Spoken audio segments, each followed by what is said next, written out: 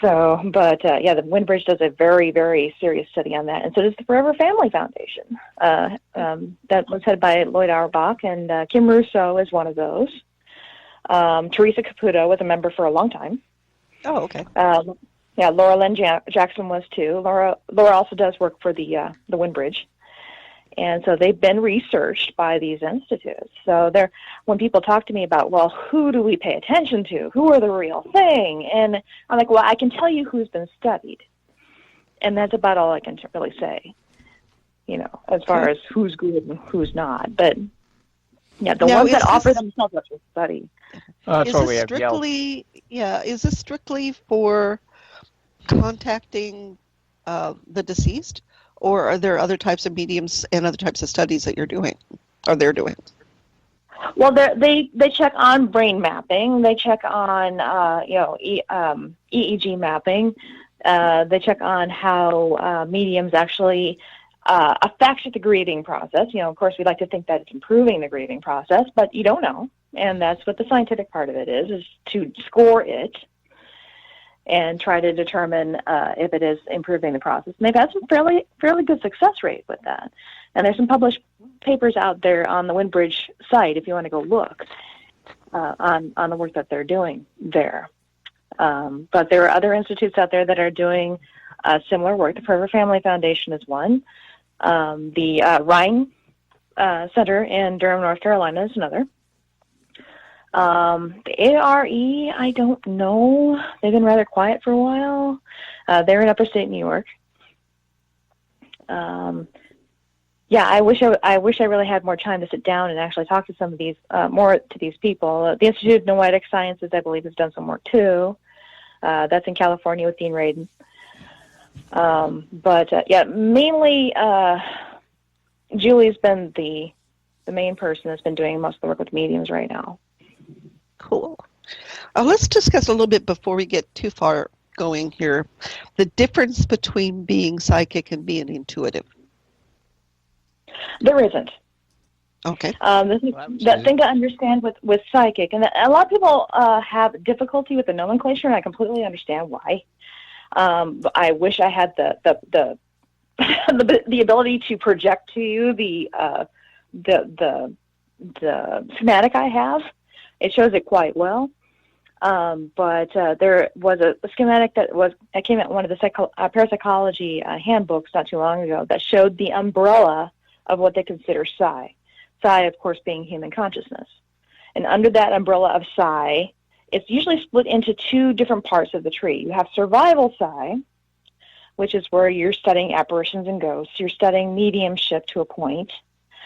Maybe past life experiences might be in there also. And then you have the expressive psi, which is on the other side of the tree, which is telekinesis, moving things with the mind. Recurrent spontaneous psychokinesis, which would be poltergeist activity.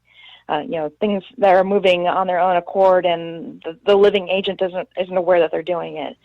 You have random number generator studies, really micro PK, which is affecting really, really tiny things, such as dice rolls or number generators, or say computers. Somebody might walk by a computer and all of a sudden the computer starts going fuzzy. Or you walk by the phone and the phone starts ringing by itself. And you might have that kind of impact on things. Is that micro PK. Is that like I was going to point out I tend... Go ahead, Henry. Is that like street lights going off and on? Lights going off and on? That might be more macro. Although someone might argue that it's kind of fine-tuned PK that's making those lights go on and off. It's difficult to gauge lights because you don't know if they're affecting the wiring or if they're affecting the bulb. You know what I mean? And most of these cases with RSPK, recurrent spontaneous psychokinesis, which is spontaneous outbursts, it's kind of difficult to study that in a lab environment because it happens so sporadically. So there's still a lot of research being done on that. I know Dr. John Kruth, who has been one of my mentors at the Rhine Education Center, wrote a very, very good paper on an investigation they did involving a young child that would literally cause any computer he came into contact with at home to completely go on the fritz. He could make the phone ring by itself. He could make watches malfunction. He couldn't even touch a cell phone because the cell phone would malfunction. Yeah. Go ahead, Geoff. I was going to touch on, oddly enough, as Henry was saying it, I figured it was a distinction between, what is it, ELS, electronic light phenomenon, ELP, which my brother and I have. We'll be walking down the street, on a side street or something, and we'll be thinking of something that's maybe emotionally charged, and the light will flick off. We're just passing.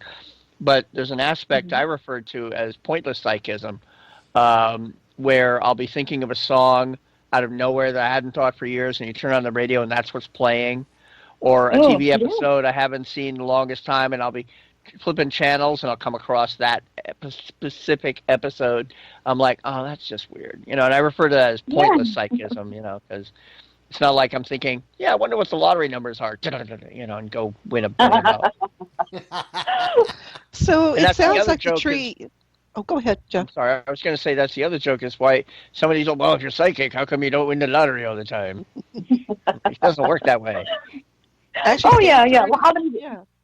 Stanford Research did a study about that with psychics and gold and silver futures, and they discovered, the psychics could do the stock market perfectly, but when it came to gold, silver, that sort of thing, they couldn't. They had the worst rates ever. Well, what I found really fascinating is I actually took a class with Paul Smith, who is one of the original members of Project Stargate, who worked in remote viewing. And his son was in college, and his son decided he was going to do an experiment with his own classmates. And they projected on stock futures and did a fairly decent job. They raised some money for a nonprofit. But it was just funny to see the next generation, stepping in and trying this, and even on their own, they're able to produce results. Yeah. So it sounds like the tree is divided up in between more of the physical aspect of psychic phenomenon and the more mental, ethereal aspects. Well, one is more about the survival of consciousness, and then the other side of the tree is the expressive side. Yeah. Yeah. I assume that out-of-body experiences would be in the expressive side. Yes. Yeah. That would be on that side. Survival of consciousness would be like, past life regression, or reincarnation, mediumship, studying ghosts and apparitions. That would be. But it's funny because mediumship does show up on both sides of the tree, because it can be considered expressive side as well as. The survival of consciousness proof, or evidence. So it's kind of like the middle of a Venn diagram, mediumship? Yeah. Yeah. Oh, cool. Yeah, very much so. So, maybe that would be better expressed as a Venn diagram versus the diagram I had. I had like more of a Visio diagram with yes, no's, and that sort of thing. Maybe a Venn would be better. I've done some research, and of course, the Travel Channel has become like every other episode is something psychic or supernatural nowadays. I'm like, why are you still calling yourself Travel Channel? Right. They do a lot of stuff about remote viewing, and it occurs to me, I'm like, I wonder what would be easier, remote viewing, where you're, trying to psychically see something from a distance and visualize a target. I'm like, wouldn't astral projection kind of do the same thing? It would, but as much as you might think that may be easier and more direct, astral projection is actually harder to do for most people. Oh yeah. If you read a lot of the books on astral projection, there's so many books out there, and there's a reason why for that, because so many people have a difficulty struggling with it. That's why there's so many different methods out there, and I have tried for years to try to make that happen, and I just can't seem to find the right tool that'll work for me. Remote viewing, I've done that. And I worked on missing persons cases, and I've had a fair amount of interesting feedback aligned with those cases, and it's not always the best outcome. You can't count on winning every time, and some of it is really sad. But remote viewing, for those that are not into psychic ability, or have a difficulty understanding the concept or even believing in the concept, remote viewing seems to work better for those people because it's a structured process of how you collect the information. Oh. And for people that have, mind float and then they can't concentrate or keep their focus for a long period of time, remote viewing tends to work better for those people. Yeah. Well, years aspects of magic, and I say magic with a CK, and one of the aspects we did was kind of remote viewing. It was kind of a bit of psychism, and we were to bring in photographs in sealed envelopes, and it would be passed around the circle, and people would get the impressions they got. And I brought in one photo, and I showed it to the instructor. I said, "Do you think this would work?" He says, "Oh, this would be awesome. Let's see what they get." And they were going around, and they got that it was a female, but then they were getting, like, not mixed signals, but they were kind of confused because they kept seeing, like, more hair than there should be and, like, almost a beard. And it happened to be a picture of my female dog who looked like Benji. So, and it was and the instructor is, like, got his hand over his mouth trying not to laugh. It's because people were picking up on it, but they weren't picking up it was a dog. It's a female, but they weren't picking up it was a female human. Right. Well, that's the difficulty when it comes to remote viewing scoring. It's like, how do you score?